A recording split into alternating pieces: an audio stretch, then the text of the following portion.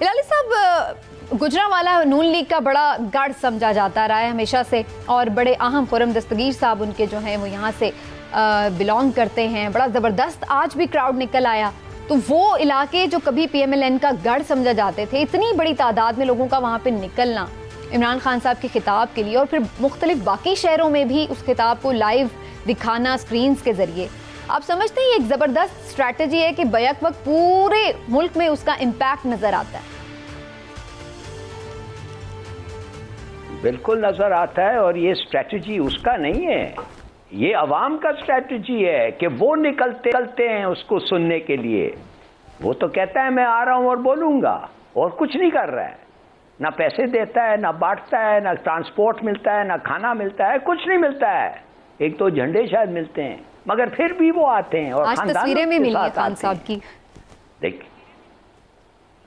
अच्छा चलिए ना, मैं आपको सिर्फ ये कहना चाहता हूं कि आप देखिए क्या हो रहा है पाकिस्तान में। एक डेडलॉक हो रहा है। इस तरीके से पाकिस्तान चल नहीं सकता है, और इस तरीके से एक ही तरीका है बचने के लिए, वो है इलेक्शन। मगर अगर आप इलेक्शन पे जाएंगे तो PDM को ऐसी शिकस्त होगी कि वो कभी भूलेंगे नहीं। और मेरे ख्याल में सबसे बड़ी शिकस्त होगी अमेरिका की। उनको भी पता चल जाएगा कि कितना पॉपुलर है उनका आदमी, उनका जो बकौल उनका दुश्मन पाकिस्तान में, एटलीस्ट पॉलिटिकल एनिमी। तो देखिए ये कैसे सॉल्व हो सकता है। तो क्या वो मुझे समझ नहीं आ रही है कि क्या ऑल्टरनेटिव स्ट्रैटेजी है। क्या वो भुट्टो के तरह उसको आस्ते से ले जाएंगे और ट्रायल होगी, ये तरीका है? आप समझते हैं ये रिपीट हो सकता है? हरगिज़ नहीं हो सकता है। उस वक्त 1977 में एक PTV थी, 2 अखबार थे, जंग, डॉन, एक जमात का एक अखबार था। आज 50 मिलियन 75 मिलियन टेलीफोन्स हैं, मोबाइल फोन है, मैस मीडिया है, चैनल्स कितने हैं गिनती भी नहीं आ रही, कितने अखबार हैं, पूरा पाकिस्तान, पूरा दुनिया, और 10 लाख पाकिस्तानी जो बाहर हैं वो देख रहे हैं।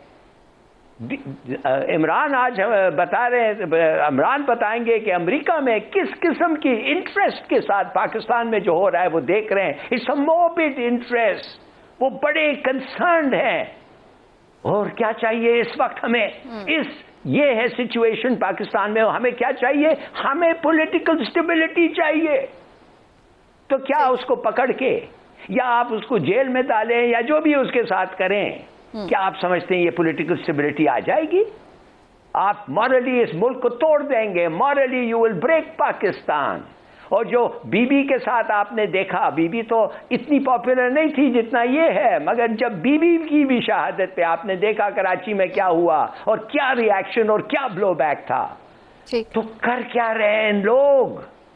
What are they doing? ये कोई टैक्टिक नहीं है। अगर ये आदमी नहीं मानता आपके साथ बैठ के बात करने, तो एक ही तरीका है, दुनिया जानती है, पूरे दुनिया में एक ही तरीका है, इलेक्शन।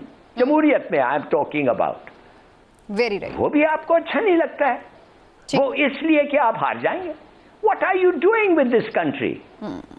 फिर इसका मतलब तो यही हुआ कि फिर जो भी इदारे तय कर दें कि भाई आपने फॉरेन फंडिंग की है, ये वो, तो फिर जमहूर जहां पे भी खड़ा हो उसका कोई, इसका मतलब है कोई हेर से नहीं है। लोग पागल हैं कि वो ऐसे ही बाहर निकली जा रहे हैं उस शख्स के लिए। देखिए बिल्कुल यही तो बड़ी बात है। मॉरल जस्टिफिकेशन होनी चाहिए। ये काफी नहीं है कि कानून को आपने ब्रेक किया। जैसे मैं आपको एग्जांपल देता हूं, अगर ट्रैफिक लाइट लाल है तो इसके माने आप रुक जाएं और उधर ही बैठे रहें जब तक हरा नहीं हुआ दूसरे दिन? नो। देखिए हमने देखा है कि क्या हुआ है, रेजीम चेंज हुआ है। मिसाल के तौर पे PTI कहती है रेजीम चेंज हुआ है। वो सबूत ला रही है कि ब्लैकमेल हुए हैं लोग, पैसे गए हैं, सिंध हाउस में गए हैं, किसने बांटा है, कितना बांटा है, किसको बांटा है, एक इन्वेस्टिगेशन उसका नहीं हुआ। तो वो क्या है, वो मॉरली ठीक था? तो इसलिए कि इतने लोगों ने किया है, इसलिए कि पूरा PDM इन्वॉल्व है, उनको ना पकड़ा जाए, उनको छोड़ दिया जाए? और मगर ये जब कुछ करता है, ये जब रिएक्ट करता है, या इससे चलो गलती भी हो जाए, इसको ही पकड़ो और टांग दो। ये you can't work like this यार। खुदा के लिए तुम लोग फंस गए हो। तुम्हारे पास मॉरल जस्टिफिकेशन नहीं है, इसलिए अवाम उसके साथ खड़ी हुई है। अब एक ही तरीका है, फिर बताता हूं, एक ही तरीका है, इलेक्शन करो। नहीं, देखिए ये फंस गए हैं, और ऐसा ही अगर चले तो एक ना एक दिन खुदा ना खास्ता कुछ ऐसे वाकया हो जाएगा जो will and that will be the end. फिर लोग कहेंगे कि यार इनके खिलाफ अगर आप खड़े रहे तो ये नतीजा होता है, लिहाजा हम तो ऐसे मुल्क में क्या कर रहे हैं। सब आपका क्या ख्याल है, क्या पीटीआई को ये कंसिडर करना चाहिए कि वो वापस चली जाए असेंबली में? बिल्कुल नहीं। क्यों? उन्होंने इस्तीफा दे दिया है, और वो इस्तीफा जो उन्होंने दिया है वो सब ठीक दिया है, सबको पूछ के दिया है, विलिंगली दिया है। और कासिम सूरी जो उस वक्त टेक्निकली करेक्ट आदमी था, उसने एग्जामिन करके कहा इट इज प्रॉपर और एक्सेप्ट किया है। ये कौन होता है? ये राजा क्या नाम है, परवेज अशरफ आके कहना नहीं नहीं ये सब गलत है, हमें पता है क्यों हो रहा है। आप अपनी मेजॉरिटी रख लें, फेडरल गवर्नमेंट फिर छोड़ दें, return to what it was regime change के पहले, वापस फेडरल गवर्नमेंट भी इनको दे दे और फिर ठीक है। लेकिन हिलाली साहब, फिर ये कराची वाले एमएनए जो हैं ये क्यों गए इस्लामाबाद हाई कोर्ट? अगर इस्तीफे मंजूर हो गए थे तो हो गए थे, जब अपनी मर्जी से दिए तो फिर क्या जरूरत थी जाके ये कहने की कि एक नहीं करें? कौन सा कराची का है? मैं आई डोंट नो, ये जो भी है इमैटीरियल है। आपने मुझे एक सवाल पूछा कि उसको करना क्या चाहिए, मैं आपको बता रहा हूं उसके एडवांटेज अब ये है। अच्छा, अगर आप जाना चाहते हैं वापस तो मुझे अपनी गवर्नमेंट वापस दो, और फिर ठीक है, we start where we were. समझो ये हुआ ही नहीं है, समझो वोट बिके नहीं है, ब्लैकमेल नहीं हुआ है। हाँ, ऑलराइट, चलिए ये आपका आ गया समझ गई आप ना। बड़ा कन्वीनियंट है आपके लिए, ऐसी जगह जाके रुके जो फेडरल गवर्नमेंट आपके पास हो। क्या बात कर रही हैं आप? लेट इमरान साहब टॉक। साहब आप बता दूं, आप जो उसके बारे में कह रहे हैं ना कि गवर्नमेंट का जो मेंबर हैं कराची से अब्दुल शकूर साहब, वो पता नहीं कौन है, उन्होंने क्या किया, पार्टी लाइन के मुताबिक उन्होंने ये दरख्वास्त दी थी। जो पाकिस्तान तहरीक इंसाफ की कानूनी माहिरीन की टीम है, उनके मशवरे से ये दरख्वास्त दी थी। और ये सारा मामला, ये आप ये ना समझिए कि उन्होंने अकेले ये सब कुछ कर दिया। लिहाजा ये यही तो मैं कहता हूँ बार बार कि पीटीआई खुद भी अभी तक इस बात पे वो जो है ना वो शायद कोई फैसला नहीं कर पा रहे कि उन्होंने कौन सा रास्ता इख्तियार करना है।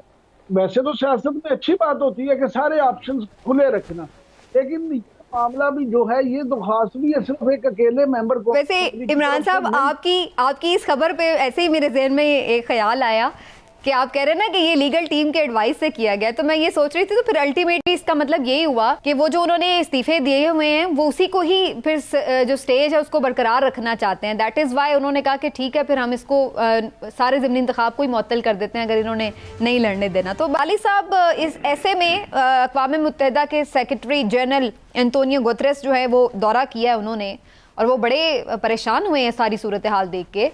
तो आपको क्या लगता है उनके दौरे से जो बाकी दुनिया है वो ये रियलाइज करेगी कि वाकई बड़ी सीरियस सिचुएशन है और इसमें हेल्प आउट करना चाहिए पाकिस्तान को? देखिए समीना, गुतरेस जो है वो उसको 2-3 चीजें करना चाहिए अगर वाकई वो हमें मदद करना चाहता है। अच्छा, पहले चीज तो उसको ये कहना चाहिए कि खुशकिस्मत है हमारी कि इस वक्त पाकिस्तान जो है G77 का चेयरमैन है। G77 डेवलपिंग कंट्रीज का चेयरमैन है, और ये जो इदारा है यूएन का, इसमें काफ़ी इन्फ्लुएंस है। अब ये सेक्रेटरी जनरल को सोचना चाहिए कि भाई अगर G77 के लोग चेयरमैनशिप पाकिस्तान का है, और पाकिस्तान और पूरी दुनिया समझ गई है कि पाकिस्तान के लिए ड्रेनेज सिस्टम एक चाहिए, जो ये जो पानी आता है इसको स्टोर करें, और सेफली अगर नहीं स्टोर कर सकते इसको समंदर में भेजें, तो ड्रेनेज सिस्टम एसेंशियल है और डैम्स एसेंशियल है। क्या ये जाके परमानेंट जो मेंबर्स हैं सिक्योरिटी काउंसिल में उनको पर्सुएट कर सकता है कि हर मुल्क में एक चार्ज को लेवी करें? और ख़ास तौर कंपनसेशन दिलाएं पाकिस्तान को, जो 0.5% पोल्यूट करता है, अमेरिका 20% करता है। तो इसके माने पाकिस्तान का जो प्रॉब्लम है 20% तो अमेरिका दे रहा है हमें। तो वो जो पैसे दे रहा है वो कुछ नहीं है। हमारा $40 बिलियन का, या 10 कहें या 20 कहें, मैं समझता हूँ 20 से $40 बिलियन का नुकसान हुआ है। और ये अमेरिका ने किया है, ये रूस ने किया है, ये चीन ने करवाया है, ये इंडिया भी कुछ कंट्रीब्यूशन है, और हमने कुछ नहीं किया है। और हम सफ़र कर रहे हैं, हम मर रहे हैं, हमारे लोग डिजीज से जा रहे हैं और हमारा एयर पोल्यूटेड है। तो कुछ तो कॉम्पनसेशन दो।